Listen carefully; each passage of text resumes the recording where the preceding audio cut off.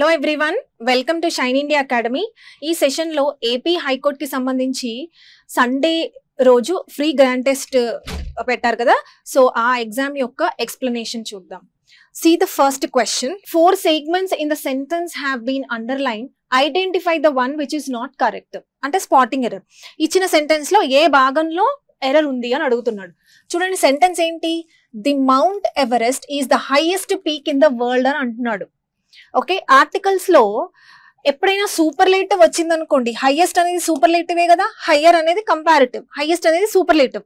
So superlative వచ్చినప్పుడు the అనే article ఉపయోగిస్తాము. ఇది మనం ఆర్టికల్స్ చాప్టర్ లో నేర్చుకుంటాము, అడ్జెక్టివ్ అనే చాప్టర్ లో కూడా నేర్చుకుంటాం. ఇంకా ఆర్టికల్స్ కి సంబంధించి ఇంకొన్ని కాన్సెప్ట్స్ చదువుకునేటప్పుడు మనకి ద అనే ఆర్టికల్ ఎక్కడ ఉపయోగించాలి అని మనం కొన్ని ఎంటిటీస్ నేర్చుకున్నాం.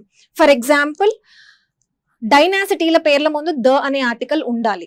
ఓకే, అలాగే celestial bodies like earth, moon, sun, universe, world, ఇలాంటి వాటి ముందు కూడా ద అనే ఆర్టికల్ ఉండాలని మనం నేర్చుకున్నాం. సో అక్కడ చాలా ఎంటిటీస్ ఉన్నాయి, అవన్నీ కూడా నేను ఒక సింపుల్ మ్యాప్ లో గీసి చెప్పాను మీకు ఎలా గుర్తుపెట్టుకోవాలి ఈచ్ అండ్ ఎవ్రీ ఎంటిటీ. ఎందుకంటే అవన్నీ కూడా ప్రీవియస్ ఇయర్ క్వశ్చన్స్ కాబట్టి ప్రతి ఒక్కటి గుర్తుపెట్టుకోవాలి. ఎలా గుర్తుపెట్టుకోవాలి అనేది మనం సింపుల్ మన ఇండియా మ్యాప్ ని యూజ్ చేస్తూ అవన్నిటిని కూడా మనం గుర్తుపెట్టుకున్నాం. సో అక్కడ మనం హిమాలయాస్ పోర్షన్ దగ్గరకు వస్తే, హిమాలయాస్ అనేవి మౌంటైన్ రేంజెస్, అవునా? సో మౌంటైన్ రేంజెస్ కి ద అనే ఆర్టికల్ ఉపయోగించవచ్చు. ఓకే, అంటే ఫర్ ఎగ్జాంపుల్ ద హిమాలయాస్, అలాగే the Vindhya's, the యాండీస్, the Alps. అర్థమవుతుంది కదా? సో ఇవన్నీ కూడా మౌంటైన్ రేంజెస్. మౌంటైన్ రేంజ్ కి మౌంటైన్ కి డిఫరెన్స్ ఏమిటి? మౌంటైన్ పీక్ కి డిఫరెన్స్ ఏంటి? మౌంటైన్ రేంజెస్ అంటే ఇలా కంటిన్యూస్ గా ఉంటాయి, మౌంటైన్స్ అన్ని ఒక రేంజ్ ఫామ్ లో ఉంటాయి అన్నమాట. సో ఈ మౌంటైన్ రేంజ్ కి ద అనే ఆర్టికల్ ఉపయోగించాలి. కానీ దీంట్లో ఒక పీక్, ఒక మౌంటైన్ కి, ఒక పెద్ద మౌంటైన్ కి ఒక పేరు ఉందనుకోండి, పర్టికులర్ నేమ్ ఉందనుకోండి, అప్పుడు మనం ఆర్టికల్ యూజ్ చేయకూడదు. ఫర్ ఎగ్జాంపుల్ మౌంట్ ఎవరెస్ట్ అనేది ఈ మౌంటైన్ యొక్క పేరు. ఓకే, సో పేరు అని అన్నాం కాబట్టి ఇది ఒక ప్రాపర్ నౌన్ అవుతుంది. సో ప్రాపర్ నౌన్ ముందు ఎలాంటి ఆర్టికల్స్ ఉపయోగించాం? మీ పేరు ముందు ద అనే ఆర్టికల్ ఉపయోగిస్తామా? ఉపయోగించాం. అలాగే ఈ మౌంటైన్ పీక్ కి ఒక పేరు ఉంది, అది mount Everest. So this is called proper noun. So proper nouns కి ముందు ఎలాంటి ఆర్టికల్స్ ఉపయోగించకూడదు. కానీ ఇక్కడ చూడండి, మనకి ఏమని ఇచ్చాడు? ద మౌంట్ ఎవరెస్ట్ అని అంటున్నాడు. సో సింపుల్ గా ఈ ద ని తీసేయాలి. సో ఏ పార్ట్ లో ఎర్రర్ ఉంది అంటే ఫస్ట్ పార్ట్ లో ఎర్రర్ ఉంటుంది. Okay, right. సెకండ్ క్వశ్చన్ చూడండి, సేమ్ అగైన్ ఏ పార్ట్ లో ఎర్రర్ ఉంది. ఇది ఒక fill in the blank question. చూడండి, Keats and Shelley were poets of the same period, in other words they were dash అని అంటున్నాడు. Fill in the blank. Now ఈ కీట్స్ అండ్ షెల్లీ ఎవరో మనకు అనవసరం. ఓకే, దాని మీద రీసెర్చ్ చేయకండి, ఎందుకంటే అది వాళ్ళు ఎవరో మనకు తెలియదు కాబట్టి నేను ఈ బ్లాంక్ ఆన్సర్ చేయను అని అనద్దు. సో కీట్స్ అండ్ షెల్లీ ఎవరో సెంటెన్స్ చెప్తుంది. ఎవరు వీళ్ళిద్దరట? వీళ్ళిద్దరు పోయట్స్. ఏ పోయట్స్? సేమ్ పీరియడ్ కి చెందిన పోయట్స్, అంటే వాళ్ళు ఒకే కాలానికి చెందిన పోయట్స్ అని అర్థం. సో వాళ్ళని ఏమంటారు ఇప్పుడు? మరి ఏమంటారు? They are called what? Contemporaries అంటారు. కంటెంపరరీ అంటే ఏంటి? ఒకే టైం పీరియడ్ కి చెందింది అని అర్థం. సో ఈ కంటెంపరరీలో మనకు ఒక వర్డ్ దాగింది, ఒక రూట్ వర్డ్ దాగుంది. అదేంటి అంటే టెంప్ అని ఎక్కడ వచ్చినా దాని మీనింగ్ టైం అని అవుతుంది. ఓకే, సో మనం ఇంకొక గ్రాండ్ టెస్ట్ కనుక చూస్తే, అంటే 10 క్వశ్చన్స్ ఉన్న గ్రాండ్ టెస్ట్ కనుక చూస్తే దాంట్లో టెంపోరల్ అన్న వర్డ్ కూడా వచ్చిందనమాట. సో దాంట్లో కూడా టెంపోరల్, సో టెంప్ అని ఆ రూట్ వర్డ్ ఉంటుంది. సో టెంప్ అని ఎక్కడ వచ్చినా దాని మీనింగ్ టైం అని అర్థం. సో ఇక్కడ ఉన్న అన్ని 4 ఆప్షన్స్ లో వీళ్ళిద్దరూ కూడా సేమ్ పీరియడ్ కి చెందిన వాళ్ళని ఈ సెంటెన్సే చెప్తుంది. సింపుల్ గా, అంటే సినోనిమ్ ఏంటి అనేది ఫైండ్ అవుట్ చేస్తే సరిపోతుంది. సో వాళ్ళెవరు? కంటెంపరరీస్. సింపుల్ గా నీకు ఈ రూట్ వర్డ్ మీనింగ్ తెలిసినా కూడా నువ్వు ఈజీగా పెట్టగలుగుతావు. కో రైటర్స్ కాదు, కొలీగ్స్ కాదు, అసోసియేట్స్ అంతకన్నా కాదు. ఓకే, నెక్స్ట్ క్వశ్చన్ చూడండి, గ్రామాటికల్ ఎర్రర్. ఏ పార్ట్ లో ఎర్రర్ ఉంది అని అడుగుతున్నాడు. చూడండి, she has been working on this project since 2 months without any break అని అంటున్నాడు. టెన్సెస్ లో నేర్చుకుంటాం సిన్స్ కి ఫర్ కి డిఫరెన్స్ ఏంటనేది మనం టెన్సెస్ లో నేర్చుకున్నాం ఆల్రెడీ. ఎస్, సిన్స్ అనేది ఎప్పుడు ఉపయోగిస్తాము? పాయింట్ ఆఫ్ టైం కి ఉపయోగిస్తాం. పాయింట్ ఆఫ్ టైం అంటే for example since morning, okay, since last month, point of time. కానీ ఫర్ వచ్చేసరికి పీరియడ్ ఆఫ్ టైం కి ఉపయోగించాలి. ఓకే, పీరియడ్ ఆఫ్ టైం అంటే ఏంటి? డ్యూరేషన్. అంటే ఫర్ 2 months 2 months అనేది ఒక డ్యూరేషన్. సో అందుకని ఎప్పుడైనా మనకి ఇలాంటి డ్యూరేషన్ వస్తే ఖచ్చితంగా యూజ్ చేయాల్సింది ఫర్. ఇక్కడ ఏమంటున్నాడు చూడండి, 2 months అని అంటున్నాడు కాబట్టి 2 months అనేది డ్యూరేషన్, అదొక పీరియడ్ కదా. సో అందుకని ఫర్ ఉపయోగించాలి, సిన్స్ కాదు. ఓకే, సో ఈ పార్ట్ లో ఎర్రర్ ఉంది చూడండి. What is correct answer? Third one is the right answer. Okay, so since 2 months అని అనకూడదు. సిన్స్ లాస్ట్ మంత్ అని అంటే అప్పుడు అది కరెక్ట్ అయ్యేది, అంటే లాస్ట్ మంత్ నుంచి అది ఒక పాయింట్ అవుతుంది కాబట్టి. కానీ ఇక్కడ 2 months అని అంటున్నాడు అంటే పీరియడ్ కాబట్టి, సో ఫర్ 2 months అని ఉండాలి. అండ్ సిన్స్ ఫర్ అనేవి ఈ రెండు కూడా ఏ టెన్స్ కి మార్గని అని అడిగితే ఏం చెప్తారు మీరు? Last 3 tenses. లాస్ట్ 3 tenses కి ముందే నేను సిన్స్ అండ్ ఫర్ కాన్సెప్ట్ చెప్పాను. అంటే ఆ టెన్సెస్ చెప్పే ముందు నేను సిన్స్ ఫర్ చెప్పాను అని అంటే సిన్స్ ఫర్ అనేవి ఆ టెన్సెస్ లో మార్కర్స్ అని మనం అర్థం చేసుకోవాలి. Okay, right. లాస్ట్ 3 tenses అంటే ఏంటి? Perfect continuous tenses. 3 perfect continuous tenses అంటే present perfect continuous, past perfect continuous and future perfect continuous. మూడింటికి కూడా సిన్స్ అండ్ ఫర్ వస్తుంది. నెక్స్ట్ చూడండి, అగైన్ స్పాటింగ్ ఎర్రర్ కి సంబంధించిన question. Though he is poor but he is honest and kind to everyone అని అంటున్నాడు. ఏ chapter నుంచి వచ్చిన క్వశ్చన్ ఇది? దో అని వచ్చినప్పుడు ఖచ్చితంగా ఏం రావాలి? ఎట్ అని రావాలి. ఏంటివన్నీ కూడా కంజంక్షన్ పేర్స్. కంజంక్షన్ పేర్స్ మనం చదివాము ఆల్రెడీ. చూడండి, ఎయిదర్ కి ఆరే వస్తుంది, అలాగే నీదర్ కి నార్ మాత్రమే రావాలి, నాట్ ఓన్లీ కి బట్ ఆల్సోనే రావాలి. ఇవన్నీ కూడా కంజంక్షన్ పేర్స్ అంటారు. వీటన్నిటిని కూడా కంజంక్షన్ పేర్స్ అని అంటారు. అంటే ఎప్పుడు కూడా ఇవి జతలుగా ఉంటాయి, పేర్స్ కదా, సో ఎప్పుడు జతలుగానే ఉంటాయి. ఒక్కటి ఉండవు, 2 ఉంటాయి అనమాట. ఈ 2 కలిపితేనే మనం ఒక కంజంక్షన్ అని అవుతుంది. Okay, right. సో అలా మనకి దోకి ఏ కంజంక్షన్, ఇప్పుడు చూడండి, ఎయిదర్ కి ఆర్, నీదర్ కి నార్, నాట్ ఓన్లీ కి బట్ ఆల్సో మాత్రమే ఉండాలి. కానీ ఎగ్జామ్ లో ఏం చేస్తాడు? ఎయిదర్ కి నార్ ఇస్తాడు, నీదర్ కి ఆర్ ఇస్తాడు, నాట్ ఓన్లోకి బట్ ఆల్సో ఇవ్వకుండా జస్ట్ బట్ అని అంటాడు. సో మనం ఏం చేయాలి? కరెక్ట్ గా పేరు ఉందా లేదా అని చెక్ చేసుకోవాలి. అలాగే దోకి ఎప్పుడు కూడా ఎట్ మాత్రమే ఉండాలి, కానీ ఎగ్జామ్ లో ఎలా అడుగుతాడో బట్ అని అంటాడు. మనం కరెక్టే అని అనుకుంటాం. సెంటెన్స్ చదువుతూ చూడడానికి వినడానికి కూడా చాలా బాగుంది, కానీ మనం రూల్ నేర్చుకున్నాంగా. దో అంటే దోకి ఏ కంజంక్షన్ పేరు ఉండాలి? ఎట్ మాత్రమే ఉండాలి. అంటే బట్ తీసేసి ఎట్ పెట్టండి, simple. Okay, so though and yet ఎప్పుడు ఉపయోగిస్తాము? ఒక పాజిటివ్ ఒక నెగటివ్ సెంటెన్సెస్ ని కలపడానికి దో అండ్ ఎట్ ఉపయోగిస్తాం. రైట్, చూడండి, దో ఈస్ పువర్ అనేది నెగటివ్, పోర్ అనేది నెగటివ్, ఆనెస్ట్ అనేది పాజిటివ్. సో ఒక పాజిటివ్ ఒక నెగటివ్ ని కలిపింది కాబట్టి దో అండ్ ఎట్ అనే కంజంక్షన్ పేరు ఇక్కడ ఉపయోగిస్తాం. నెక్స్ట్ చూడండి, no sooner had I reached the station when the train departed అని అంటున్నాడు. ఇది కూడా కంజంక్షన్ పేరే. సి, ఎప్పుడు కూడా ఏదైనా ఎగ్జామ్ కి మనం ఇంగ్లీష్ ప్రిపేర్ అవుతే కొన్ని చాప్టర్స్ ఉంటాయి. ఆ చాప్టర్స్ నుంచి పక్కా క్వశ్చన్స్ వస్తాయి. ఏ చాప్టర్స్? ఒకటి ప్రిపోజిషన్, ఇంకొకటి కంజంక్షన్స్. పక్కా క్వశ్చన్స్ ఉంటాయి. అది కూడా కంజంక్షన్ పేర్స్ నుంచి. చూడండి, నో సూనర్ అని వచ్చినప్పుడు ఏ కంజంక్షన్ పేరు రావాలి? దాన్ అని రావాలి. ఓకేనా? ఎందుకంటే సి, ఇవన్నీ మనం ఎలా గుర్తుపెట్టుకోవాలి? అడ్జెక్టివ్స్ మనం చదివినప్పుడు ఈఆర్ వచ్చినప్పుడు, okay, either or more words వచ్చినప్పుడు, అంటే ఈ కంపారిటివ్ డిగ్రీకి మనం దాన్ అని ఉపయోగిస్తాము అని చెప్పి ఆల్రెడీ నేర్చుకున్నాం. అంటే ఈఆర్ వచ్చింది కాబట్టి దాన్ అని ఉపయోగించావు కాబట్టి ఇక్కడ కూడా అంతే. నో సూనర్ ఈఆర్ వచ్చింది, అందుకే దాన్. అంటే నువ్వు ఆల్రెడీ ఒక కాన్సెప్ట్ చదివావు కాబట్టి దీన్ని ఎక్స్టెండ్ చేయి, ఇంకో కాన్సెప్ట్ చదువుకుంటావు. అంతేగాని ఇది వేరు అది వేరు అని మాత్రం దాన్ని వేరుగా చదువుకోకండి. ఓకే, సో నో సూనర్ కి ఈఆర్ ఉంది, అందుకే దాన్. అలాగే అదర్ కి కూడా ఏ కంజంక్షన్ పేర్? అదర్ దాన్, ఈఆర్ ఉంది. అర్థమవుతుందా? దెన్ వుడ్ రాదర్ కి కూడా దాన్ అనే కంజంక్షన్ ఉపయోగిస్తాం. ఈఆర్ అన్ని ఈఆర్ వర్డ్స్ కి దాన్ అని వస్తుంది. ఎల్వై వర్డ్స్ అంటే ఏంటి? స్కేర్స్లీ, బేర్లీ, ఓకే, ఇలాంటి words, hardly, barely, scarcely, LY words అన్నిటికీ కూడా వెన్ అనే కంజంక్షన్ వస్తుంది. సో ఇవన్నీ కంజంక్షన్ పేర్స్ చాలా ఇంపార్టెంట్. మనం కంజంక్షన్ చదువుకునేటప్పుడు ఒక టేబుల్ నేర్చుకుంటాం. ఆ టేబుల్ ఒక్కటి నేర్చుకొని వెళ్తే చాలు, కంజంక్షన్ చాప్టర్ మొత్తం కంప్లీట్ చేసినట్టే. సో నో సూనర్ కి ఎప్పుడూ కూడా ఏమని ఇచ్చాడు? ఇక్కడ చూడండి, వెన్ అని ఇచ్చాడు. వెన్ కాదు, దాన్ రావాలి. ఓకేనా? రైట్. నెక్స్ట్ క్వశ్చన్ చూడండి, he drove very fastly on the highway yesterday to beat his friend అని అంటున్నాడు. వెరీ ఫాస్ట్లీ ఏంటి? అసలు ఈ ఫాస్ట్లీ అనే వర్డ్ ఇంగ్లీష్ చరిత్రలోనే లేదు. ఎక్కడనే వెతకండి డిక్షనరీలో ఫాస్ట్లీ ఉంటదేమో అని. ఈ ఫాస్ట్లీ అనే వర్డ్ ఇంగ్లీష్ చరిత్రలోనే లేదు అసలు. మనం ఏమనుకుంటాం? ఫాస్ట్లీ అన్న వర్డ్ అడ్జెక్టివ్ అని అనుకుంటాం, సారీ అడ్వర్బ్ అని అనుకుంటాం. కానీ అసలు ఫాస్ట్లీ అన్న వర్డే లేదు.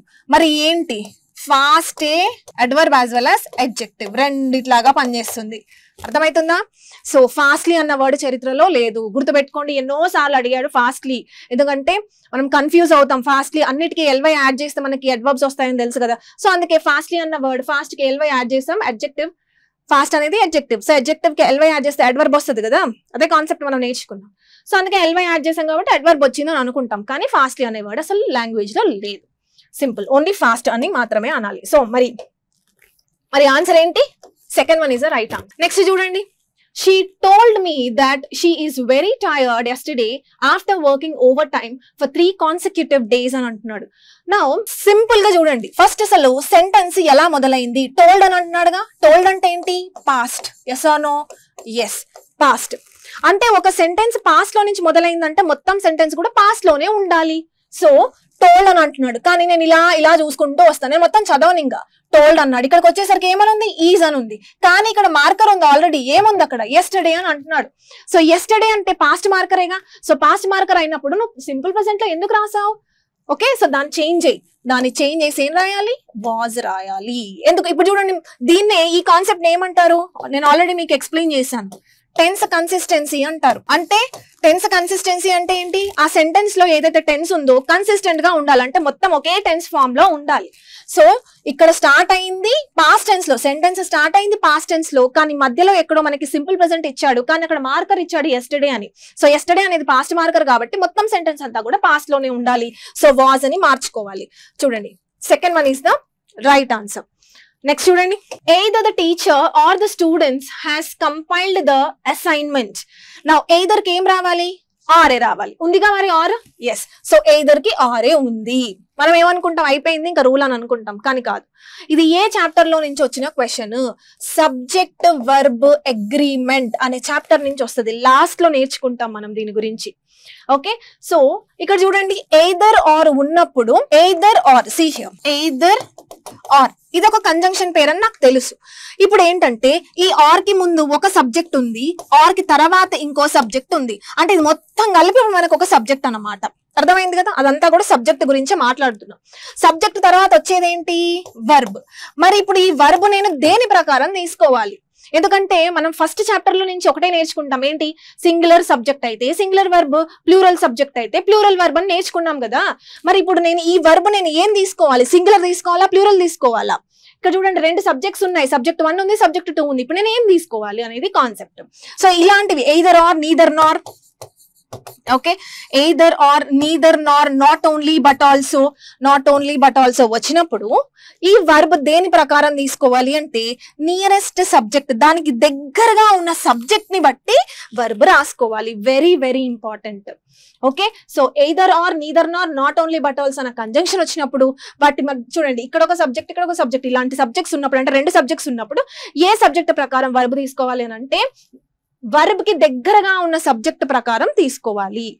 ఓకే, సో ఈ వర్బ్ చూసుకోవాలి ఫస్ట్ మనం. వర్బ్ పొజిషన్ ఇది కదా, దగ్గరగా ఏముంది దాని ప్రకారం తీసుకోవాలి. ఒకవేళ ఈ సబ్జెక్ట్ సింగులర్ అయితే సింగులర్ వర్బ్ తీసుకోవాలి. చూడండి, ఇప్పుడు చూడండి, either the teacher or the students, ఇక్కడ వర్బ్ వచ్చింది చూడండి, హ్యాస్ కంప్లీటెడ్ అని అంటున్నాడు.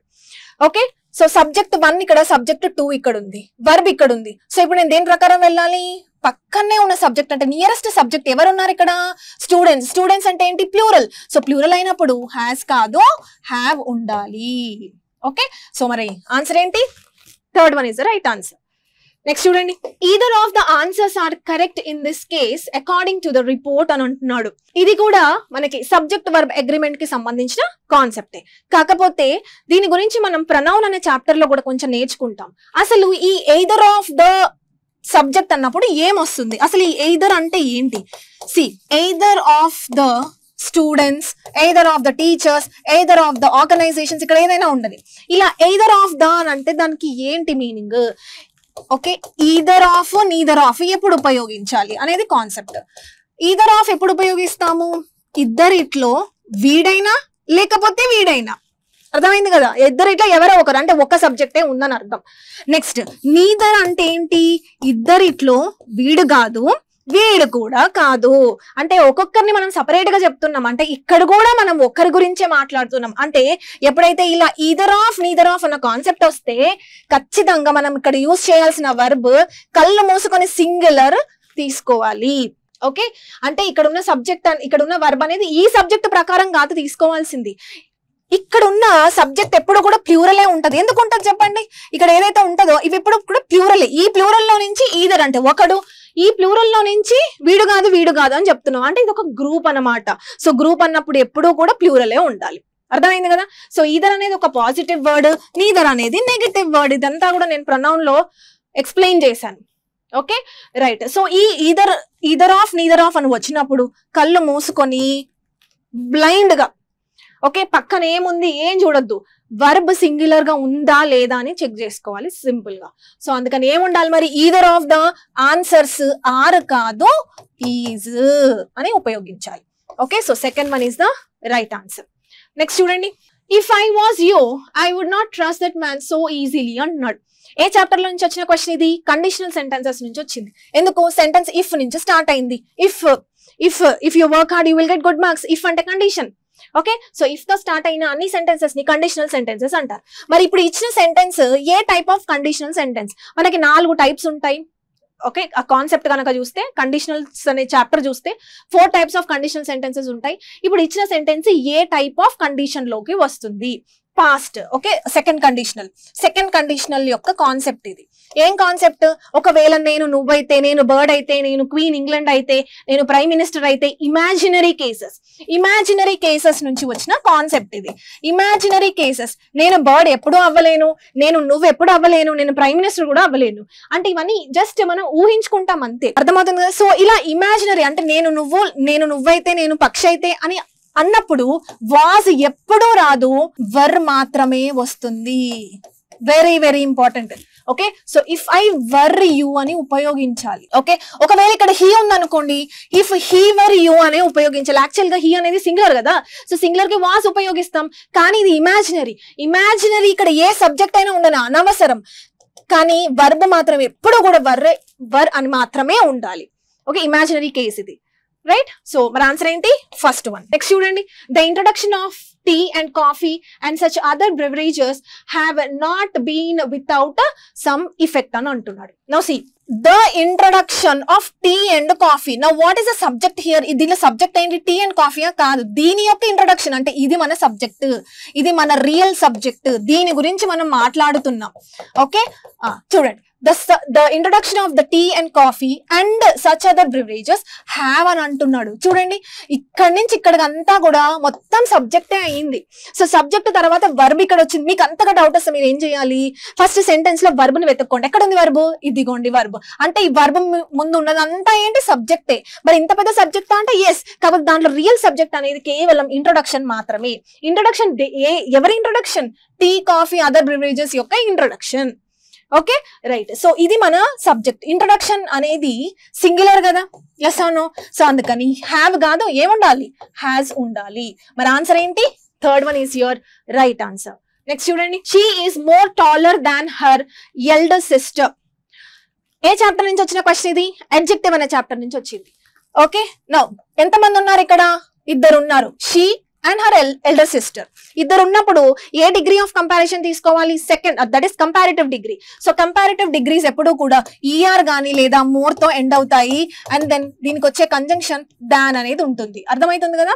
ఎస్, అందుకని అంటే కేవలం నువ్వు ఈఆర్ అయినా యూజ్ చేయాలి లేదా మోర్ అయినా యూజ్ చేయాలి. కానీ 2 వచ్చినాయి చూడండి, మోర్, టాలర్ అని అంటున్నాడు. ఇక్కడ ఈఆర్ వచ్చేసింది ఆల్రెడీ. ఇక్కడే నీ కంపారిటివ్ అనేది చెప్పేస్తున్నావు. మళ్ళీ ఎందుకు ఇక్కడ ఉపయోగించావు? మోర్ అని మళ్ళీ ఎందుకు ఉపయోగించావు? సో అందుకే మోర్ ని తీసేయాలి. సింపుల్ గా she is taller than her elder sister అని ఉపయోగించాలి. Okay, so second one is the right answer. More taller అని ఉపయోగించకూడదు. ఓకే, పోనీ మోర్ టాల్ అని ఉపయోగించొచ్చా? కేవలం టాలర్ అని మాత్రమే ఉపయోగించాలి, మోర్ టాల్ ఉపయోగించకూడదు. ఎందుకు? మోర్ అన్న వర్డ్ 2 syllables కన్నా ఎక్కువ ఉన్న వర్డ్స్ కి మాత్రమే ఉపయోగిస్తాం. Example, more beautiful, more intelligent, అలాంటి వర్డ్స్ కి ఉపయోగిస్తాం. నెక్స్ట్ చూడండి, one of my friends have gone to Australia for higher studies అంటున్నాడు. వెరీ వెరీ ఇంపార్టెంట్ కాన్సెప్ట్, ప్రతి ఎగ్జామ్ లో అడుగుతాడు. సి ఇక్కడ చూడండి, ఫస్ట్ ఒక గ్రూప్ ఉంది, ఈ గ్రూప్ లో ఎవరైనా ఉండొచ్చు, ఫ్రెండ్స్, ఓకే, ఫ్రెండ్స్ కానీ, స్టూడెంట్స్ కానీ, టీచర్స్ కానీ, ఆర్గనైజేషన్స్ కానీ, కంపెనీస్ కానీ, ఏదైనా ఉండదు. ఇది ఒక గ్రూప్. ఈ గ్రూప్ లో నుంచి నేను ఒకరి గురించి మాట్లాడుతున్నప్పుడు, ఒకరి గురించి స్పెసిఫై గా మాట్లాడుతున్నాం. ఆ కేసులో మనం ఏం ఉపయోగించాలంటే వన్ ఆఫ్ ద, వీళ్ళెవరు, స్టూడెంట్స్ అయితే స్టూడెంట్స్, టీచర్స్ అయితే టీచర్స్, కంపెనీస్ అయితే కంపెనీస్, ఆర్గనైజేషన్స్ అయితే organisations. So one of the students, okay, అంటే ఈ మనిషి ఎవరు, వన్ ఆఫ్ ద ఈ స్టూడెంట్స్ అనే గ్రూప్. అర్థమైంది కదా? సో అందుకే వన్ ఆఫ్ ద ఇక్కడ ప్లూరల్ అనేది ఉండాలి. అర్థమైందా? ఉందా లేదా చూడండి, one of my friends. Yes, correct. Okay, మరి ఇప్పుడు దీని తర్వాత వచ్చే వర్బ్ సింగులర్ గా ఉండాలా, ప్లూరల్ గా ఉండాలా? ఇక్కడ ఏముంది చూడండి, ఇక్కడ ప్లూరల్ ఉందిగా, అంటే ప్లూరల్ ఉంది కాబట్టి నువ్వు ప్లూరల్ తీసుకోవాలని కాదు, అది కాదు రియల్ సబ్జెక్ట్. రియల్ సబ్జెక్ట్ ఏంటి, ఇక్కడ ఒకరిని తీసి నువ్వు బయటకు తీసి చెప్తున్నావు, అంతేగాని గ్రూప్ గురించి నువ్వు మాట్లాడట్లేదు ఇక్కడ. సో ఒకరి గురించి మాత్రమే మాట్లాడుతున్నావు కాబట్టి సబ్జెక్ట్ అనేది ఏమవుతుంది, వన్ అవుతుంది. సో అందుకని హ్యావ్ కాదు, హ్యాస్ ఉండాలి. So second one is your right answer. Next చూడండి, స్పెల్లింగ్. కరెక్ట్ స్పెల్లింగ్ ఏమిటి? స్పెల్లింగ్స్ చాలా ఇంపార్టెంట్, రైట్? చూడండి, అసలు ఏంటి, ఏ వర్డ్ గురించి మనం మాట్లాడుతున్నాం, రెస్టారెంట్ గురించి మాట్లాడుతున్నాం. ఓకే, రెస్టారెంట్ అంటారు కదా, రెస్టారెంట్ కాదు, ఇట్ ఇస్ రెస్టారెంట్. రెస్టారెంట్ ని ఎలా, చూడండి స్పెల్లింగ్ ని ఎట్లా గుర్తుపెట్టుకుందాం. ఓకే, రెస్టారెంట్ స్ప్లిట్ చేద్దాం. చూడండి, ఇక్కడ స్ప్లిట్ చేద్దాం, రెస్టారెంట్, ఇట్లా గుర్తుపెట్టుకోండి. ఓకే, అంటే మనం ప్రొనౌన్సియేషన్ చేస్తారు కదా రెస్టారెంట్ అని. ఓకే, సో రెస్టారెంట్ RE కాదు RA, కాకపోతే దీని pronunciation it's called restaurant, right? చూడండి, ఇలా స్ప్లిట్ చేసుకోండి. ఎప్పుడైనా ఇలా స్ప్లిట్ చేసుకుంటే అప్పుడు మనకి ఈజీగా అర్థమవుతాయి. ఎలాంటి వర్డ్స్ మనకి స్పెల్లింగ్స్ ఎక్కువ ఇస్తూ ఉంటాడు, వెవెల్స్ ఎక్కువ ఉన్నాయి అనుకోండి ఒక వర్డ్ లో, అలాంటివి, లేదా రిపీటెడ్ వర్డ్స్, రిపీటెడ్ లెటర్స్ ఉన్న వాటివి ఇస్తూ ఉంటాయి. నెక్స్ట్ క్వశ్చన్ చూడండి, select the correctly spelled word. Okay, ఇచ్చిన ఆప్షన్స్ లో ఏది కరెక్ట్ ఉంది చూడండి. దీని ప్రొనౌన్సియేషన్ అనేది మనకు చాలా ఇంపార్టెంట్. సి ఎలా గుర్తుపెట్టుకోవాలి దీన్ని, మెన్యూర్. ఓకే, RE, ఈ REని మనం పలకం, జస్ట్ వి తర్వాత ఈ, మెన్యూర్, ఆర్ అని అనం. అర్థమవుతుందా? సో స్పెల్లింగ్ మీరు ఇలా గుర్తుపెట్టుకోండి, ఇక్కడ స్ప్లిట్ చేయాలి. స్ప్లిట్ చేసిన తర్వాత మెన్యూర్, OAVE. Okay, so first one is your right answer. Next చూడండి, he is good in both mathematics and science అని అంటున్నాడు. అగైన్ ఫిక్స్డ్ ప్రిపోజిషన్స్ నుంచి వచ్చిన కాన్సెప్ట్ ఇది. సి నేను ఇంగ్లీష్ లో నాకు ఇంగ్లీష్ బాగొచ్చు, నాకు మ్యాథ్స్ బాగొచ్చు, నాకు ఫిజిక్స్ బాగొచ్చు అని చెప్పడానికి ఏం యూస్ చేస్తాము, గుడ్ అట్ అనే ప్రపోజిషన్ రావాలి. Okay, I'm good in maths అని అనకూడదు, I'm good at maths. I'm good in English అని అనకూడదు, I'm good at English.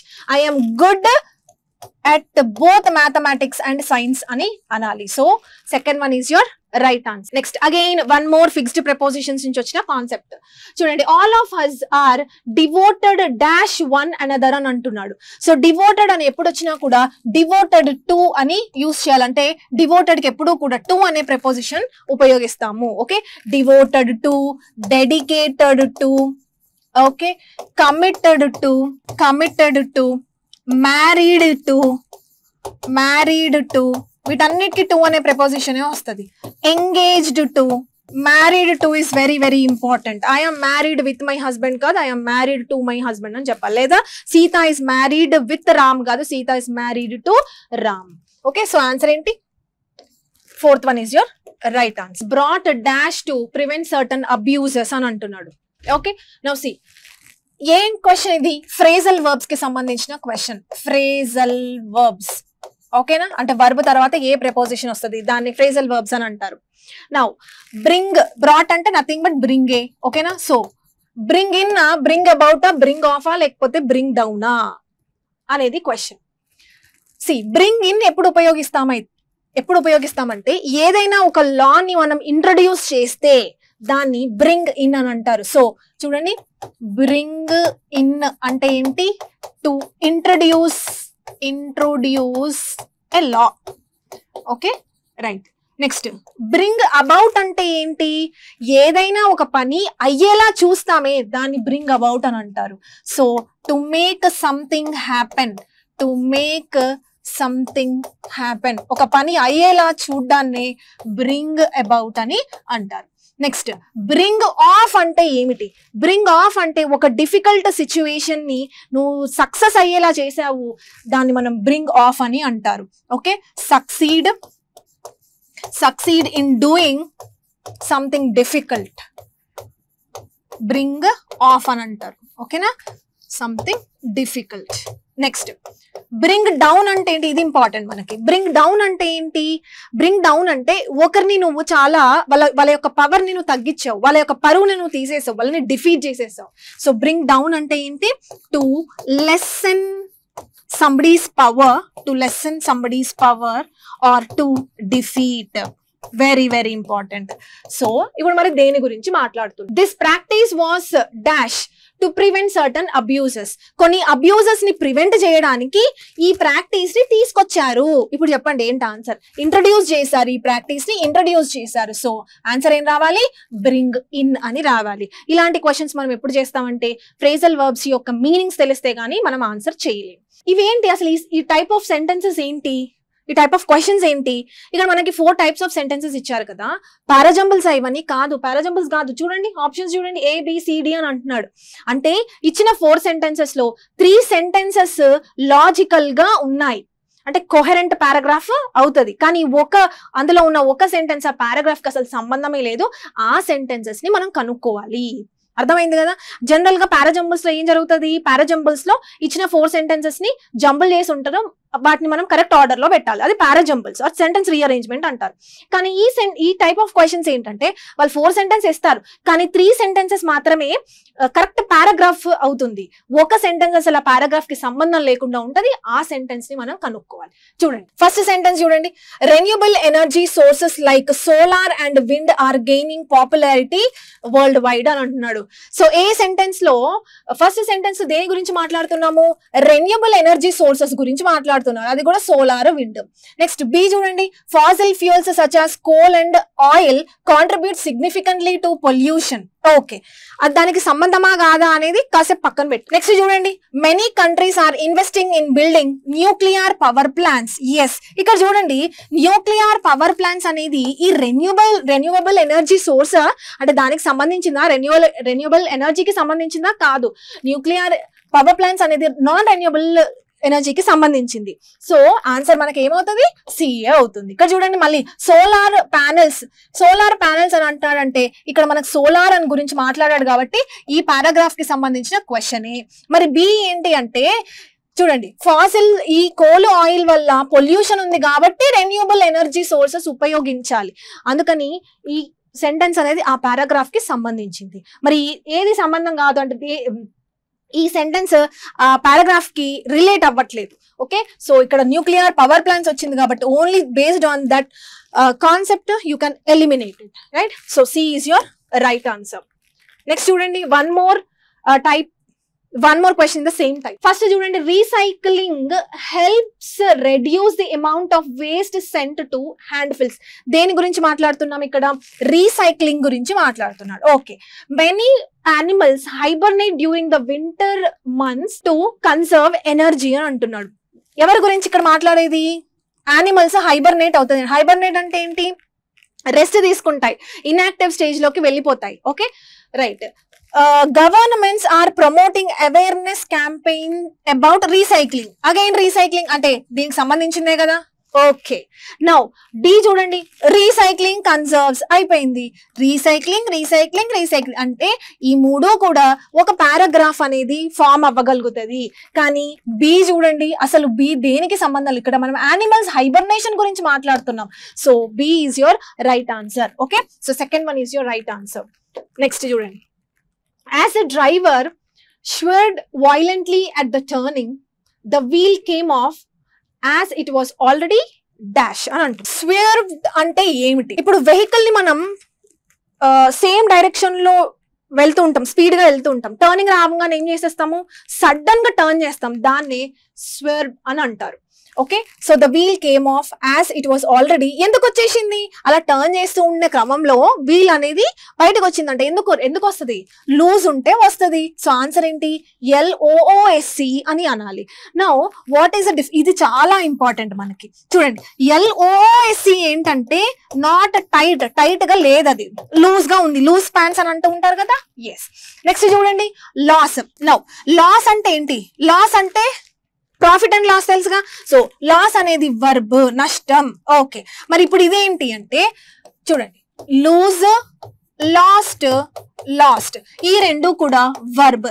V1 V2 and then V3. అర్థమవుతుంది కదా.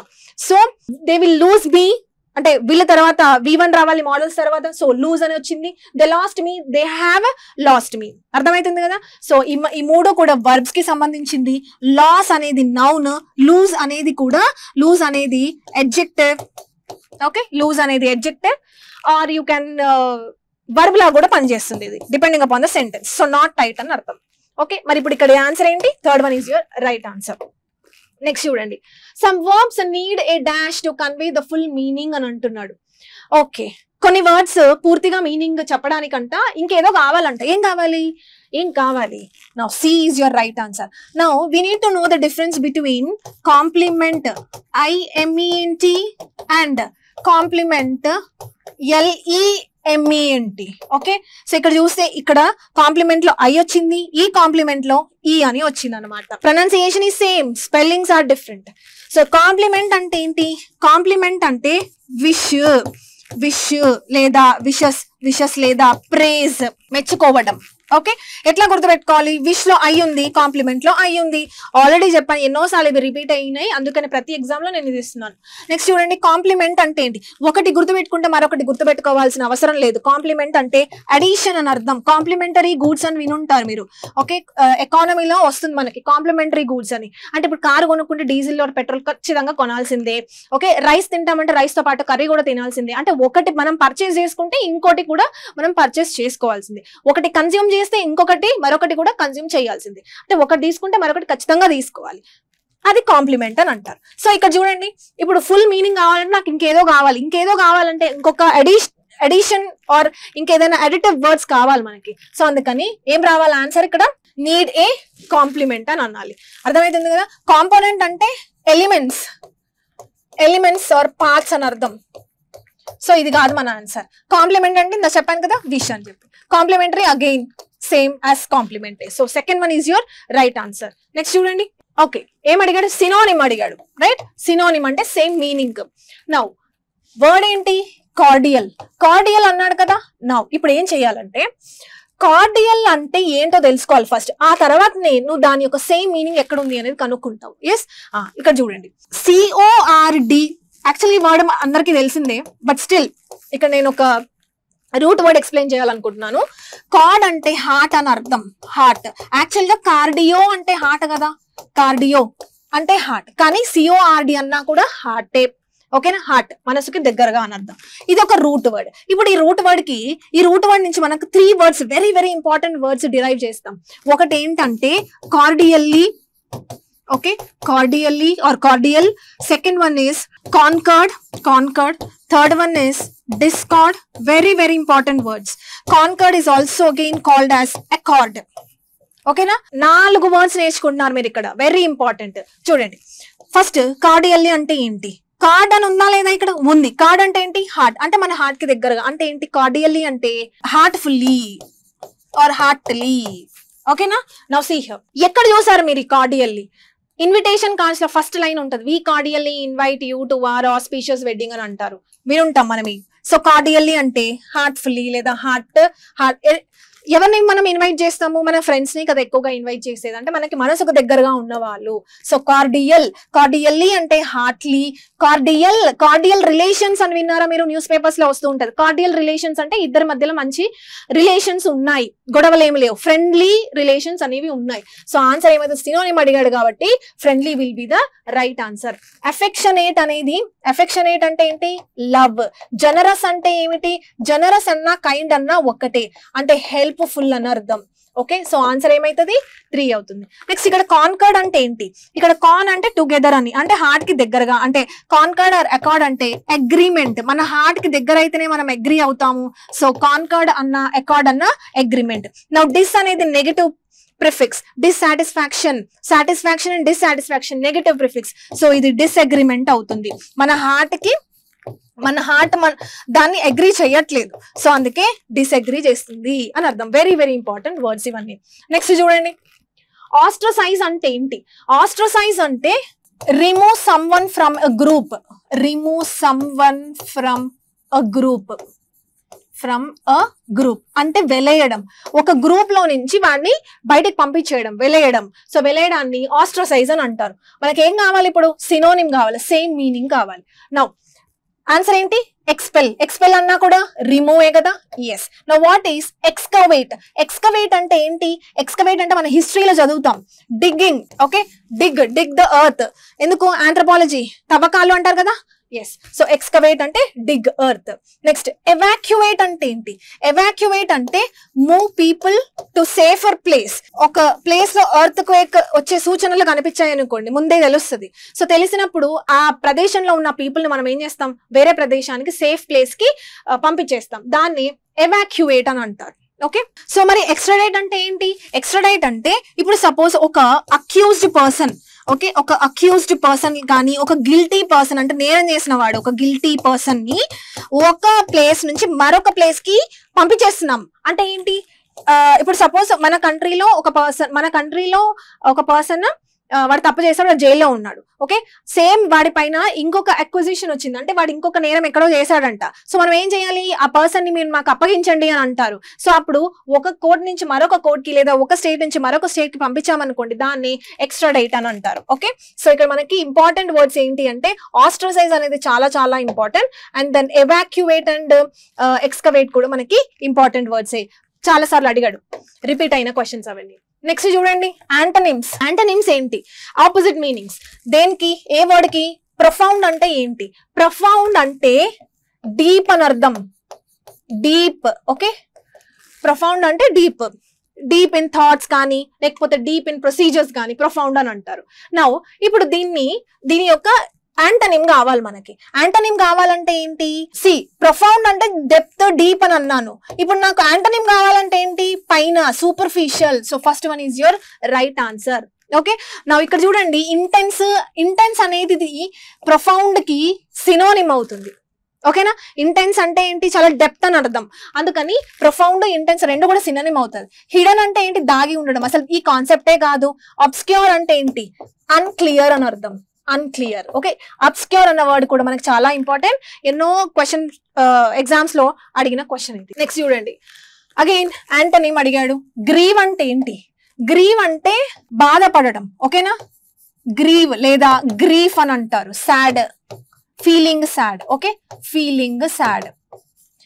ఇప్పుడు మనకి ఏం కావాలి? యాంటనిమ్ కావాలి. యాంటనిమ్ కావాలంటే చూడండి, ఇక్కడ సాడ్ అని ఉంది, ఇది ఏమైతుంది? సినోనిమ్ అవుతుంది. ఇది మన ఆన్సర్ కాదు. నెక్స్ట్ చూడండి, అగోనీ. అగోనీ అన్నా కూడా సాడే, సో ఇది కూడా మన ఆన్సర్ కాదు. మాన్ అన్న, గ్రీవ్ అన్న ఒకటి, ఈ రెండు పర్ఫెక్ట్ సినోనిమ్స్. సో ఇది కూడా సినోనిమ్ అవుతుంది, ఇది కూడా సాడే, సో కాదు. మరి ఏంటి? Rejoice. What is rejoice? Rejoice అంటే ఏంటి? హ్యాపీగా ఉండడం. సో మనకి యాంటనిమ్ అడిగాడు కాబట్టి గ్రీవ్ అంటే సాడ్, ఫీలింగ్ సాడ్. రిజాయిస్ అంటే హ్యాపీగా ఫీల్ అవ్వడం. సో అందుకని third one will be your right answer. Next చూడండి, ఇడియం అడిగాడు. త్రో ఇన్ ద టవల్ అంటే ఏంటి అని అంటున్నాడు. త్రో ఇన్ ద టవల్ అంటే అడ్మిట్ డిఫీట్ అని అర్థం. అంటే మన డిఫీట్ అంటే గివ్ అప్. మేము ఇంక ఓడిపోయాము, మనమే ఒప్పుకుంటాం. అడ్మిట్ అంటే ఒప్పుకోవడం. ఏం ఒప్పుకున్నారు? డిఫీట్ ని ఒప్పుకున్నాం, మేము ఓడిపోయాం, మీరే గెలిచారు అని. ఓకే, ఎట్లా గుర్తుపెట్టుకోవాలి? చూడండి, త్రో ఇన్ ద టవల్ అసలు ఇది ఎలా వచ్చింది? ఇడియం అంటే బాక్సింగ్ గేమ్ నుంచి వచ్చింది. ఓకే, బాక్సింగ్ గేమ్ లో 2 players ఉంటారు కదా, వాళ్ళు బాక్సింగ్ చేస్తూ ఉంటారు. మధ్యలో మనకి బ్రేక్స్ ఇస్తూ ఉంటాడు. చిన్న బీపీ ఇవ్వగానే వాళ్ళు వాళ్ళ ప్లేసెస్కి వెళ్ళిపోయి కొంచెం డ్రింక్స్ తీసుకోవడము, లేకపోతే రిఫ్రెష్ అవ్వడము జరుగుతుంది. సో రిఫ్రెష్ అయ్యేటప్పుడు స్వెట్ లేదా బ్లడ్ ఏమైనా ఉంటే ఆ టవల్ కానీ లేకపోతే స్పాంజ్ కానీ ఉంటుంది. ఆ స్పాంజ్ కానీ టవల్ కానీ దాంతో పెట్టి తుడుచుకుంటారు. సో అందుకని అక్కడ టవల్స్ అనే కాన్సెప్ట్ అక్కడ ఉంటుంది. కానీ టవల్స్ ని ఇంకోలాగా కూడా ఉపయోగిస్తారు. ఎక్కడ అంటే ఇప్పుడు సపోజ్ ఒకడు మరొకటి చేతిలో బాగా తన్నులు తింటున్నాడు అనుకోండి, ఇంకా నెక్స్ట్ ఒక పంచ్ కొడితే ఇంకా వాడు చచ్చిపోతాడు. సో ఏం చేయాలి మరి? దాన్ని ఆపాలి. బాక్సింగ్ గేమ్ లో ఎవరు చావకూడదు, కానీ ఆపేయాలి. అంటే ఓడిపోతున్నాము ఇంక వదిలేయండి అని అంటే సింపుల్ వదిలేస్తారు. ఓకే, సో అలా వదిలేయండి అని చెప్పడానికి ఈ టవల్ ఏదైతే ఉందో, వాళ్ళు చెమటను తుడుచుకున్నారుగా ఆ టవల్ ని తీసుకొని ఆ రింగ్ లో పడేస్తాడు అనమాట. ఇడియం ఏంటి చూడండి, త్రో ఇన్ ద టవల్. ఆ టవల్ ని తీసుకొని పడేశాడు. ఎందుకు పడేశాడు? ఇంకా మీరు గెలిచారు, మేము ఓడిపోయాం, వదిలేయండి పాపం వాడిని కొట్టకండి అని. అర్థమవుతుంది కదా. సో ఆన్సర్ ఏంటి అంటే అడ్మిట్ డిఫీట్. నెక్స్ట్ చూడండి, వైల్డ్ గూస్ చేస్ అంటే ఏంటి? పాయింట్లెస్ సర్చ్ లేదా ఫ్రూట్లెస్ సర్చ్ అని కూడా అంటారు. కానీ ఇక్కడ ఫ్రూట్ఫుల్ ఉంది కాబట్టి ఇది మనం తీసుకోకూడదు. పాయింట్లెస్ సర్చ్ లేదా యూజ్లెస్ సర్చ్ అని అర్థం. ఎలా గుర్తుపెట్టుకోవాలి? వైల్డ్ గూస్ చేస్. నౌ వైల్డ్ గూస్ అంటే ఒక బర్డ్. అది ఏ బర్డ్? వైల్డ్ అంటే మన మాట వినట్లేదు అది. అలాంటి బర్డ్ ని చేజ్ చేయడం, పట్టుకోగలుగుతావా నువ్వు? అస్సలు పట్టుకోలేవు. ఓకే, సో అసలు పట్టుకోలేవు కాబట్టి ఆ ప్రయత్నం అనేది యూజ్లెస్, పాయింట్లెస్. సో అందుకని పాయింట్లెస్ సర్చ్ అని గుర్తుపెట్టుకోండి. నెక్స్ట్ మరొక ఇడియం చూడండి, a few days before his death he made clean breast of everything అని అంటున్నాడు. Make a clean breast of అంటే కన్ఫెస్డ్ అని అర్థం. కన్ఫెస్ అంటే ఏంటి? అగైన్ తప్పు ఒప్పుకోవడం. ఆ తప్పు నేనే చేశాను అని ఒప్పుకోవడాన్ని కన్ఫెస్డ్ ఆర్ కన్ఫెషన్ అని అంటారు. మనం బిగ్ బాస్ లో కన్ఫెషన్ రూమ్ అని చెప్పి ఒక కాన్సెప్ట్ ఉంటుంది. కన్ఫెషన్ రూమ్ కి వెళ్ళగానే అన్ని నిజాలే మాట్లాడాలి. అర్థమవుతుంది కదా. అంటే ఏమి నువ్వు అబద్ధాలు చెప్పకూడదు, అన్ని నిజాలే చెప్పాలి కన్ఫెషన్ రూమ్ లో. అలా అయినా గుర్తుపెట్టుకోవచ్చు మీరు. సో కన్ఫెషన్ లో అన్ని నిజాలే చెప్తున్నారు. ఏం నిజాలు చెప్తున్నారు? ఆ నేరం నేనే చేశాను, ఒప్పుకోవడం. Okay, so clean breast of అని అంటారు. అయితే ఇప్పుడు ఈ క్వశ్చన్ అండ్ ఆన్సర్ ని ఎలా కనెక్ట్ చేయాలి? Make a clean breast. Breast అనేది ఏ పోర్షన్ లో ఉంటది? చెస్ట్ భాగంలో ఉంటది. చెస్ట్ అంటే ఏంటి? Again heart. అంటే నీ మనసుకు తెలుసు నువ్వు తప్పు చేసావని, అది నీ మనసుకు మాత్రమే తెలుసు. ఇప్పుడు నువ్వు ఏంటి ఆ లోకానికి చెప్పాలి. అంటే నీ మనసులో ఆ మిస్టేక్ చేశానన్న అది ఉంది కదా, దాన్ని నువ్వు బయట పెడుతున్నావు. తప్పు నేనే చేశాను, క్లీన్ చేసేస్తున్నావు నీ మనసుని. క్లీన్ బ్రెస్ట్ అంటే క్లీన్ చెస్ట్ అంటే క్లీన్ హార్ట్. అర్థమైంది కదా. సో అట్లా గుర్తుపెట్టుకోండి confession. So first one is your right answer. Next చూడండి, one word substitution. A place where public or government or historical records are kept అని అంటున్నాడు. ఆన్సర్ ఏంటి? ఆర్కైవ్స్. సో ఆర్కైవ్స్ అంటే ఏంటంటే, archives is a place where all the government records are kept. అంటే government కి సంబంధించిన దస్తావేజులు ఏవైతే ఉంటాయో అవన్నీ కూడా ఇక్కడ ఆర్కైవ్స్ అనే బిల్డింగ్ లో పెడతారనమాట. మరి మింట్ అంటే ఏంటి? మింట్ అంటే it is a place where coins are made. Currency. Okay, currency. ఏ కరెన్సీ? ఓన్లీ కాయిన్స్ మాత్రమే మనం మింట్ అనే ఆ బిల్డింగ్ లో తయారవుతాయి. ప్యాంట్రీ అంటే ఏంటి? ప్యాంట్రీ అంటే ఒక small room. Okay, one small room kitchen లా ఉంటుంది. అంటే అన్ని మన కిచెన్ ఐటమ్స్, ఫుడ్ ఉంటుంది అనమాట. దాన్ని ప్యాంట్రీ అని అంటారు. కాఫర్ అంటే ఏమిటి? అది కూడా ఒక బాక్సే. ఆ బాక్స్ లో మనం మనీ కానీ లేదా వాల్యుబుల్స్ ని దాచిపెడతాం. వాల్యుబుల్స్ అంటే విలువైన వస్తువులు కానీ మనీ కానీ దాచిపెట్టే పెట్ట అంటారు కదా, దాన్ని కాఫర్ అని అంటారు. ఓకే, సో ఆన్సర్ ఏంటి మరి? ఆర్కైవ్స్. నెక్స్ట్ చూడండి, a person who has no money to pay off his debts అంటే అప్పులు. డెట్స్ అంటే అప్పులు కట్టుకోవడానికి కూడా పాపం వాడి దగ్గర డబ్బులు లేవు, దివాలా తీశాడు. ఏమంటారు? ఇన్సాల్వెంట్. Very very important. ఎన్ని స్టార్ మార్క్స్ పెట్టుకుంటారో ఇంకా మీ ఇష్టం. Very important. ఇన్సాల్వెంట్ లేదా బ్యాంక్రప్ట్ అని అంటారు. Very important. ఈ రెండు వర్డ్స్ చాలా ఇంపార్టెంట్. అంటే మనం బ్యాంక్ నుంచి లోన్ తీసుకుంటాం, కానీ ఆ లోన్ ని రీపే చేయకుండా ఎగ్గొట్టేస్తాం కదా. ఎందుకంటే అప్పులు అయ్యాయి, ఎక్కడి నుంచి తెచ్చి కట్టాలో నాకు తెలియదు. సో తెలియనప్పుడు నేను ఏం చేస్తాను? చేతులు ఎత్తేస్తాను. దాన్ని ఇన్సాల్వెంట్ అని అంటారు లేదా బ్యాంక్రప్ట్ అని అంటారు. ఆ పర్సన్ ని ఇన్సాల్వెంట్ లేదా బ్యాంక్రప్ట్ అని అంటారు. Very very important. Okay, now poor అంటే ఏంటి? పూర్ అంటే నాట్ రిచ్ అని అర్థం. Next destitute. Very very important. Destitute అంటే ఏంటి? ఇది కూడా అంతే. నేను రిచ్, పువర్, మైసర్ వర్డ్స్ చెప్పినప్పుడు దీని గురించి నేను ఎక్స్ప్లెయిన్ చేశాను. డెస్టిట్యూట్ అంటే పువర్ అని అర్థం. పువర్. ఓకేనా? It is synonym for poor. Poor కి సినోనిమ్. ఎట్లా గుర్తుపెట్టుకోవాలి? ఇక్కడ స్ప్లిట్ చేయండి. డి అంటే ఏంటి? Negative prefix down. So de అంటే నెగటివ్. స్టిట్యూట్ అంటే నథింగ్ బట్ స్టేటస్. వాడి స్టేటస్ తక్కువ ఉంది అంటే డౌన్ ఉంది. ఎవరి స్టేటస్ డౌన్ ఉంటది? ఎవరైతే పువర్ ఉంటారో. సో అందుకే డెస్టిట్యూట్ అంటే పువర్. పాపర్ అన్నా కూడా పువరే. ఓకే, సో ఇవన్నీ కూడా పువర్ కి సినోనిమ్సే. అర్థమవుతుంది కదా. పువర్ ఉన్నంత మాత్రాన వాడు ఇన్సాల్వెంట్ కాదు. అర్థమవుతుందా? సో పువర్ మొత్తం ఇంకా పువర్ కాదు, సిచ్యువేషన్ అంతా క్రిటికల్ గా ఉందన్నమాట. అంటే తీసుకున్న అప్పులు కూడా మనం కట్టలేకపోతున్నాం. ఆ స్థితిలో ఉంటే దాన్ని ఇన్సాల్వెంట్ లేదా బ్యాంక్రప్ట్ అని అంటారు. Next, one who tends to take a hopeful view of life అని అంటున్నాడు. ఈ వర్డ్ ఇంపార్టెంట్. హోప్ఫుల్. మన లైఫ్ లో ఎన్ని కష్టాలు వచ్చినా కూడా మనం ఎలా ఉండాలి? ఈ కాలం వెళ్ళిపోతుందిలే, ఆ తర్వాత మంచి రోజులు వస్తాయి అంటే ఎప్పుడు కూడా ఆప్టమిస్టిక్ గా ఉండాలి, పెసిమిస్టిక్ గా ఉండకూడదు. అంటే ఏదైనా చిన్న కష్టం వస్తే ఇంకా అయిపోయింది, లైఫ్ అయిపోయింది, అంతా అయిపోయింది అని సూసైడ్ చేసుకుంటారు, అలా కాదు. సో ఎప్పుడు కూడా హోప్ఫుల్ గా ఉండాలి, జీవితం పట్ల హోప్ఫుల్ గా ఉండాలి. ఎవరు ఉంటారు? Optimist. Very very important. Optimist కి పెసిమిస్ట్ కి మధ్యలో ఉన్న డిఫరెన్స్ ఇది. ఆప్టమిస్ట్ అంటే పాజిటివ్ గా థింక్ చేసేవాడిని అంటారు ఆప్టమిస్ట్ అని. పెసిమిస్ట్ అంటే నెగటివ్ గా థింక్ చేసేవాడిని పెసిమిస్ట్ అని అంటారు. నెక్స్ట్ పాసిఫిస్ట్ అంటే ఎవరు? పాసిఫిస్ట్ అంటే పాసిఫై అన్న వర్డ్ మనకు చాలా ఇంపార్టెంట్. పాసిఫిస్ట్ అంటే ఆ వ్యక్తిని అంటారు, నౌన్. పాసిఫై అంటే వర్బ్. పాసిఫై అంటే కామ్. Okay, calm. పాసిఫై అంటే కామ్ అవడం. పాసిఫిస్ట్ అంటే ఏంటి? ఇప్పుడు 2 కంట్రీస్ పోట్లాడుకుంటున్నాయి అనుకోండి, మీడియేటర్ ఏం చేస్తాడు? ఆ వార్ జరగకుండా, ఇద్దరు పోట్లాడకుండా సెటిల్ చేసేస్తాడు. దాన్నే పాసిఫిస్ట్ అని అంటారు, ఆ పర్సన్ ని పాసిఫిస్ట్ అని అంటారు. నా ఫిలాంథ్రోపిస్ట్ అంటే ఎవరు? ఫిలాంథ్రోపిస్ట్, ఫిల్ అంటే ఏంటి? లవ్. ఆంథ్రోపోజ్ అంటే ఏంటి? Man kind. So one who loves man kind అంటే ఏంటి? వన్ హూ లవ్స్ మ్యాన్, మనుషులని ఇష్టపడేవాడు. అంటే మనుషులు ఎవరైనా చిన్న ప్రాబ్లం లో ఉన్నా కూడా చూసి వెళ్లకుండా, అంటే అటు నుంచి దూరంగా వెళ్లకుండా వాళ్ళకి హెల్ప్ చేసి వాళ్ళకి ఏం కావాలో అన్ని చూస్తాడు అనమాట. అది ఫిలాంథ్రోపిస్ట్ అని అంటారు. అర్థమైంది కదా? సో ఆన్సర్ ఏంటి మరి? ఆన్సర్ ఏంటి? Hopeful, optimist. 4th one is your right answer. Next చూడండి, you shall get all the informations if you read this book carefully అని అంటున్నాడు. ఏ చాప్టర్ నుంచి వచ్చిన క్వశ్చన్ ఇది? నౌన్ అనే చాప్టర్ నుంచి వచ్చిన క్వశ్చన్. ఇన్ఫర్మేషన్స్ అన్న వర్డ్ చరిత్రలో ఉందా? No, only information. ఎస్ తీసేయండి. సో ఆన్సర్ ఏంటి? 2nd one is your right answer. Okay, furnitures అనొచ్చా? అనకూడదు, ఓన్లీ ఫర్నిచర్ అని మాత్రమే అనాలి. రైట్. నెక్స్ట్ చూడండి, we discussed about the problem thoroughly on the eve of the examination that I found it very easy to work it out అని అంటున్నాడు. So error ఎక్కడుంది? Discussed అంటేనే దీని గురించి నువ్వు మాట్లాడుతున్నావు, మళ్ళీ అబౌట్ ఎందుకు? డిస్కస్డ్ కి ఎలాంటి ప్రపోజిషన్ రాకూడదు, డిస్కస్డ్ అబౌట్ అని ఉపయోగించకూడదు, only discussed. Okay, we discussed the problem అంతే, we discussed about the problem కాదు. డిస్కస్డ్ లోనే దేని గురించి, ఈ అబౌట్ అనే వర్డ్ డిస్కస్డ్ లో దాగి ఉంది, మనకు కనిపించదు.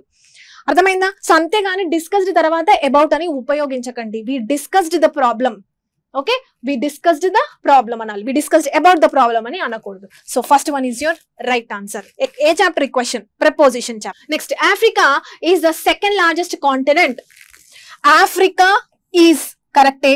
2nd లార్జెస్ట్ అన్నాడు, సూపర్లేటివ్ వచ్చింది కాబట్టి ద ఆర్టికల్ కూడా కరెక్టే. అండ్ ఇట్ అంటే ఎవరు ఇక్కడ? Africa.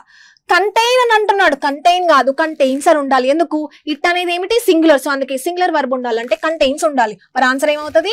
2nd one is your right answer. Next చూడండి, ఒక చిన్న పారాగ్రాఫ్ ఇచ్చారు, దానికి సంబంధించి ఒక 5 క్వశ్చన్స్ ఉన్నాయి, ఆన్సర్ చేద్దాం. ఫస్ట్ పారాగ్రాఫ్ చూడండి, India's national digital health machine, okay, NDHM aims to integrate patient data across public and private hospitals, labs and clinics. However, implementation gaps remain. అంటే దీని యొక్క ఇంటిగ్రేషన్ అనేది ఇంప్లిమెంట్ చేయలేకపోతున్నారు. ఎందుకు? many small healthcare providers, especially in rural areas, do not store patient data digitally and lack of infrastructure and staff to adopt new systems. Okay, next చూడండి, larger hospitals use their own software and which may conflict with this mission, leading to duplication and confusion. Cost of upgrading hardware, software and training staff is significant and not clearly estimated. While some primary health centers already use digital health systems, data often remains at the local level and it is not shared upward. These challenges, ranging from the cost and capacity to fragmentation, must be addressed for NDHM to truly digitalize India's healthcare system. దేని గురించి మాట్లాడుతున్నారు? Health care system ని digitalise చేయడానికి ఈ mission ని తీసుకొచ్చారు అని చెప్పి పారాగ్రాఫ్ ఉంది. ఫస్ట్ క్వశ్చన్ చూడండి, what is the main goal? What is the main goal of this mission described in the passage? దేని గురించి? ఎగ్జాక్ట్లీ ఈ సెంటెన్స్ ఉంది పారాగ్రాఫ్ లో. ఏపీ హైకోర్టు కానిస్టేబుల్ ఎగ్జామ్స్లో అడిగే పారాగ్రాఫ్స్ ఏవైతే ఉంటాయి, రీడింగ్ కాంప్రిహెన్షన్స్, ఇచ్చే క్వశ్చన్స్ అనలైటికల్గా ఉండవు. ఖచ్చితంగా ఈ క్వశ్చన్కి ఆన్సర్ ఏదైతే ఉందో పారాగ్రాఫ్లో ఉండి తీరుతుంది. అదే వేరే ఎగ్జామ్స్ అనుకోండి, వేరే ఎగ్జామ్స్ అంటే బ్యాంకింగ్ కానీ యూపీఎస్సీ కానీ ఇలాంటి వాటిలో అసలు ఆన్సర్ అనేది పారాగ్రాఫ్లో ఉండదు, టోటలీ అనలైటికల్. కానీ మీకు అలా ఏమి ఇవ్వకుండా చాలా ఈజీ కాంప్రిహెన్షన్స్ ఇస్తున్నారు. సో ఈ 5 క్వశ్చన్స్ ఏవైతే ఉంటాయో కాంప్రిహెన్షన్స్, దాంట్లో మాత్రం ఎలాంటి మిస్టేక్స్ చేయకూడదు. చూడండి, సో ఆన్సర్ ఏమవుతుంది? To integrate patient data across health care facilities. ఇదే కదా. చూడండి, ఇంటిగ్రేట్ పేషెంట్ ఫస్ట్ లైన్ లోనే ఉంది. సో ఆన్సర్ ఏమవుతుంది? సి. దానికోసమే కదా ఈ మిషన్ యొక్క importance. Next, why are some health care providers struggling with this mission? ఎందుకు? They do not want to participate. అసలు దీని గురించి మనం ఎక్కడ మాట్లాడలేదు. They lack digital infrastructure and staff. Yes. So B is the right answer. చూడండి ఎక్కడుంది, చూడండి. They do not store patient data digitally and lack infrastructure and staff అని అంటున్నాడు. సో లిటరల్గా మొత్తం అంతా కూడా పారాగ్రాఫ్లో ఉంది. సో ఆన్సర్ ఏమవుతుంది? బి అవుతుంది. నెక్స్ట్ చూడండి, what problem do large hospitals face in integrating with this mission? Large హాస్పిటల్స్కి వాళ్ళ ఓన్ సాఫ్ట్వేర్ ఉందని మనం ఇందాక చదువుకున్నాం కదా. అంటే వాళ్ళకి ఆల్రెడీ సాఫ్ట్వేర్ ఉంది. ఆ సాఫ్ట్వేర్లో ఉన్న డేటా ఈ మిషన్లో పెట్టాలి అంటే ఈ సాఫ్ట్వేర్ వేరు, ఆ సాఫ్ట్వేర్ వేరు. So incompatible software. So B is the right answer. చూడండి, large hospitals use their own software, conflict with this mission leading to duplication and confusion అని అన్నాడు. So B is your right answer. Next చూడండి, what does fragmentation refer in this context అని అంటున్నాడు. ఇక్కడ చూడండి last లైన్లో fragmentation అని అంటున్నాడు. సో ఫ్రాగ్మెంటేషన్ అంటే ఏంటి? ఇక్కడ ఫ్రాగ్మెంటేషన్ అంటే ఏంటి? బ్రేకింగ్ బోన్స్ డ్యూరింగ్ సర్జరీయా? అసలు దీని గురించి మనం ఎక్కడ మాట్లాడలేదు. Multiple interconnected digital systems. Yes, B is your right answer. మొత్తం పారాగ్రాఫ్ అంతా ఈ డిజిటలైజేషన్ గురించి మాట్లాడుతున్నాడు కాబట్టి సో బిఏ మన కరెక్ట్ ఆన్సర్ అవుతుంది. పేషెంట్ యొక్క సర్జరీ కానీ హాస్పిటల్స్ గురించి మనం ఎక్కడ కూడా మాట్లాడట్లేదు. What is the major obstacle mentioned in the success of this mission? ఏంటి మేజర్ ఆబ్స్టకల్ ఏంటి? ఇక్కడ చూడండి, the cost of upgrading hardware, software and training staff is significant and not clearly estimated. దాన్ని మనం ఎస్టిమేట్ చేయలేకపోతున్నాం. అందుకే చూడండి, higher cost of upgrading systems and training, ఇదే మనకి major obstacle. So C is your right answer. Okay, so this is all about the 40 questions. So దీంట్లో ఉన్న ప్రతి క్వశ్చన్ని మళ్ళీ ఒకసారి అనలైజ్ చేయండి, ఎందుకంటే అన్నీ కూడా ఇంపార్టెంట్, గ్రామర్ నుంచి ఇంపార్టెంట్ వచ్చాయి అండ్ వొకాబులరీలు కూడా మనం ఇంపార్టెంట్ వర్డ్స్ నేర్చుకున్నాం. Right, thank you.